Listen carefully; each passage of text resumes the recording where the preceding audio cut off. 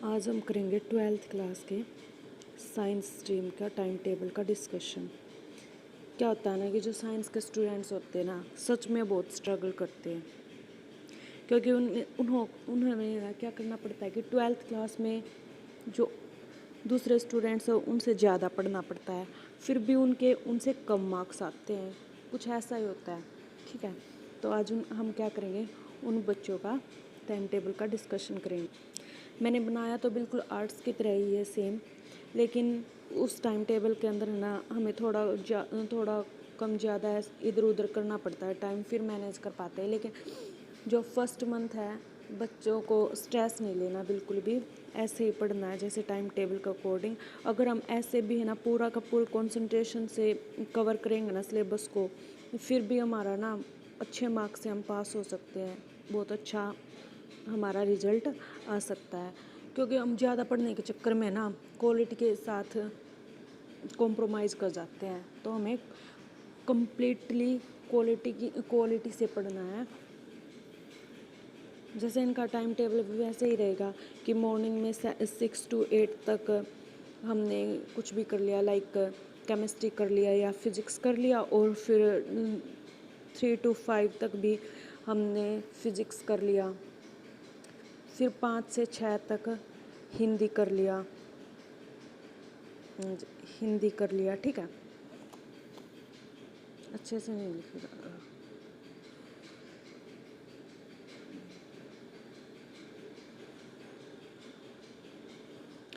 और जो हमारा 7 से 9 है उसमें हमने क्या कर लिया, मैथ्स।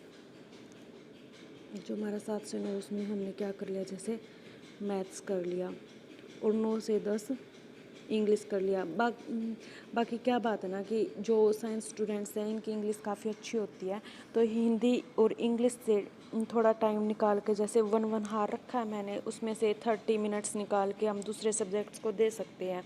ये टाइम इनफ होगा फॉर 1 मंथ के लिए बच्चों के लिए। वैसे तो इतना पढ़ते ही आ रहे होंगे, बेसिक तो क्लियर हो ही गया होगा, फिर भी हमें डीप स्टडी करनी हो और हम अपने कंसेप्ट्स को अच्छे से और ज़्यादा तैयार करना।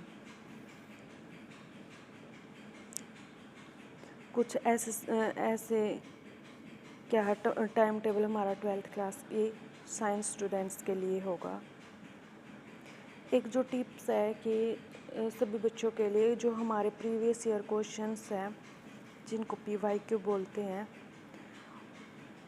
उनको अच्छे से पढ़ ले। मतलब जो जो प्रीवियस ईयर में क्वेश्चंस आए हुए हैं ना 3 to 4 ईयर्स के, उनको बिल्कुल अच्छे से पढ़ ले कि उनमें से ना क्वेश्चन आते ही है, अटैम्प्ट कर देंगे हम। फिर ऐसे पढ़ ले कि उनसे रिलेटेड अगर क्वेश्चन आए तो बहुत अच्छे से अटैम्प्ट कर ले कि जितने मार्क्स का उसमें से मैक्सिमम मार्क्स हम गेन कर सकें।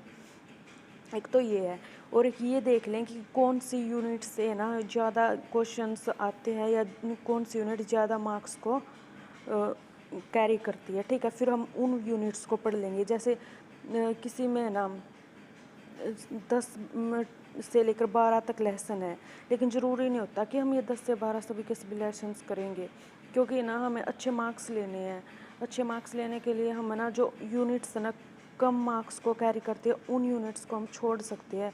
तो हमारी 1 2 जितनी भी यूनिट्स हमारी कम होगी ना उस सिलेबस में से, उसको हम तब पढ़ेंगे अगर हमारा ये जितना सिलेबस है जो ज़्यादा मार्क्स कैरी करता है वो कवर हो जाएगा। ठीक है, इससे क्या होगा, हमारी स्मार्ट स्टडी होगी और हमारा जो सिलेबस है ना अच्छे से तैयार हो जाएगा, और हमारे मार्क्स भी आ जाएंगे 80 to 85% के अराउंड। जिन बच्चों को करना ही टॉप है 90-95 के ज़्यादा लेने ही है, वे बच्चे तो अपने स्टार्टिंग से ही स्टडी करते हैं। एक तो यही है कि पूरा अच्छी तरीके से अपने सिलेबस को क्या कर लीजिए, एनालाइज कर लीजिए। ठीक है, सेकेंडली हमें क्या करना है कि जो हमारे प्रीवियस ईयर क्वेश्चंस है ना उसको अच्छे से एनालाइज करने हैं और उनको अटेम्प्ट करना है। पेपर के अंदर जब आ जाएंगे तो उनको अच्छे से प्रिपेयर कर ले, ऐसे लिख कर देख लें कि ऐसे होगा तो ऐसे कैसे लिखा जाएगा, और उनसे रिलेटेड जो क्वेश्चंस आएंगे ना वे भी अच्छे से लिखने हैं। ये 2 काम तो हमें बिल्कुल अच्छे से करने हैं। थर्डली क्या करना है, बिना स्ट्रेस लिए हुए अपनी सेटिंग हैबिट बनाइए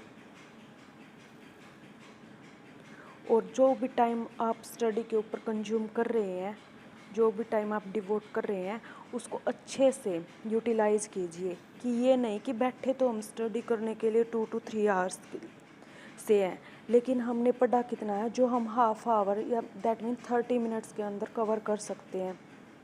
तो ऐसा नहीं करना कि बुक्स के आगे बैठे तो हैं लेकिन दिमाग में कुछ और ही चल रहा है, या ऐसे हो रहा है कि कैसे होगे एग्ज़ाम, क्लियर होगा या नहीं होगा। ऐसे नहीं करना, ऐसे करेंगे तो कुछ भी नहीं होगा हमारा। पहले जो फर्स्ट मंथ है जनवरी का, उसके अंदर हम यही 3 चीज़ें तैयार करनी है अपने अंदर, ठीक है। एक तो सिटिंग हैबिट, एक एनालाइज करना पूरा सिलेबस और ये पता करना है कि कौन सा चैप्टर ज़्यादा मार्क्स को कैरी करता है। सेकेंडली क्या करना है, जो प्रीवियस ईयर क्वेश्चंस हैं, मतलब 2 to 3 ईयर्स के हमें अच्छे से पढ़ लेने हैं अगर उनसे रिलेटेड कोई क्वेश्चन आ जाइए। और थर्डली हमारी सिटिंग हैबिट्स होगी, ठीक है। अब इतना काम करने के बाद हम पार्ट 2 लेके आएंगे, जिसके अंदर हम सेकंड मंथ का जो टाइम टेबल है उसको बताएंगे कैसे करना कैसे नहीं करना है। ओके।